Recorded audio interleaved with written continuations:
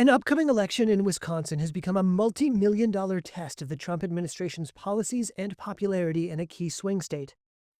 The race to fill an open seat on the Wisconsin Supreme Court has drawn more than $17 million from groups tied to billionaire Elon Musk, helping shatter records for the most expensive judicial election campaign in U.S. history. The April 1st contest is between liberal Susan Crawford and conservative Brad Schimmel. Control of the court in the state is up for grabs. There are 3 liberals and 3 conservatives, and this seat will decide whether the state has a liberal or conservative majority. And it's become kind of a referendum on the Trump administration. Barry Burden is a political science professor at the University of Wisconsin-Madison. People are thinking about what's going on in Washington. Elon Musk has become involved in the race here, voluntarily putting millions of dollars into the campaign on Brad Schimmel's behalf. And so it's become partly a judgment, I think, on whether the public wants to continue with what Trump is doing, and he's building on the momentum of his victory last year, or whether Democrats and others are putting up resistance and asking the country to change direction. The Wisconsin Supreme Court is likely to render crucial decisions on statewide abortion rights, union rights, and congressional redistricting. It could determine critical voting rules for the 2026 midterm elections and the 2028 presidential race, when Wisconsin is again poised to be a battleground. Trump carried the state by less than a percentage point in November. More than $81 million has been spent with a week to go, according to a tally by New York University's Brennan Center for Justice. The race is technically nonpartisan, but has divided along clearly partisan lines. Schimmel is a county judge and a former Republican state attorney general. He has supported Donald Trump's false claims about election fraud and Trump's efforts to overturn his 2020 election defeat, and has won Trump's endorsement. I don't control who decides to support my campaign. About $46 million has come from Schimmel's campaign or groups backing him, compared with $35.5 million for his rival, Crawford. Schimmel has benefited from more than $17.5 million in spending by 2 super PACs affiliated with Elon Musk.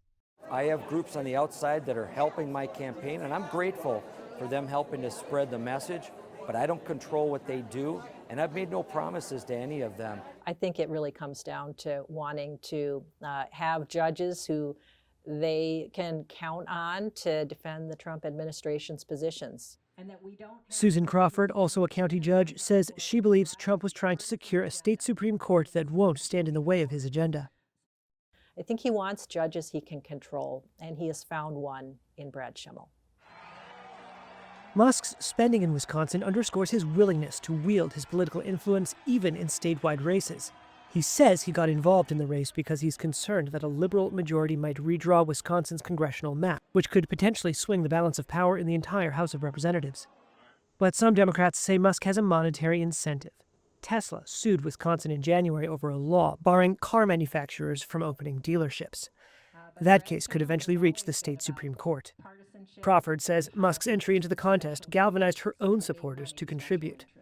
I think that they just were extremely disturbed to see Elon Musk wading into a state judicial race and trying to buy a seat on the Wisconsin Supreme Court, and just thought, enough's enough of this. So I think that that has been, kind of helpful in helping us to counter some of that funding, the millions and millions that Elon Musk is spending, because, there are good people all over the country that care about these things. It's not just big money setting records in this race. The Milwaukee Journal-Sentinel reported early voting numbers ahead of the April 1st contest were double the pace of another state Supreme Court race 2 years ago. Among those voting early here in Green Bay were Cindy Saplinski. Well, after watching the debate with Schimmel and Crawford, I was very impressed with how he is really focused on upholding the laws, not making the laws. David Buck is another early voter. I am leaning more towards Crawford. Feels the better candidate, and as far as partisan politics go, I feel she is, at least from what I've read, is far less political and more judicial, which is sort of the point, right? Republicans have been in control in Washington now for about 2 months, and this is going to be a chance to see whether they've got momentum or there's pushback, whether Democrats are so demoralized from the election they can't get it together and fight this race, or whether there's a kind of resistance that is showing up in response to Trump and Musk.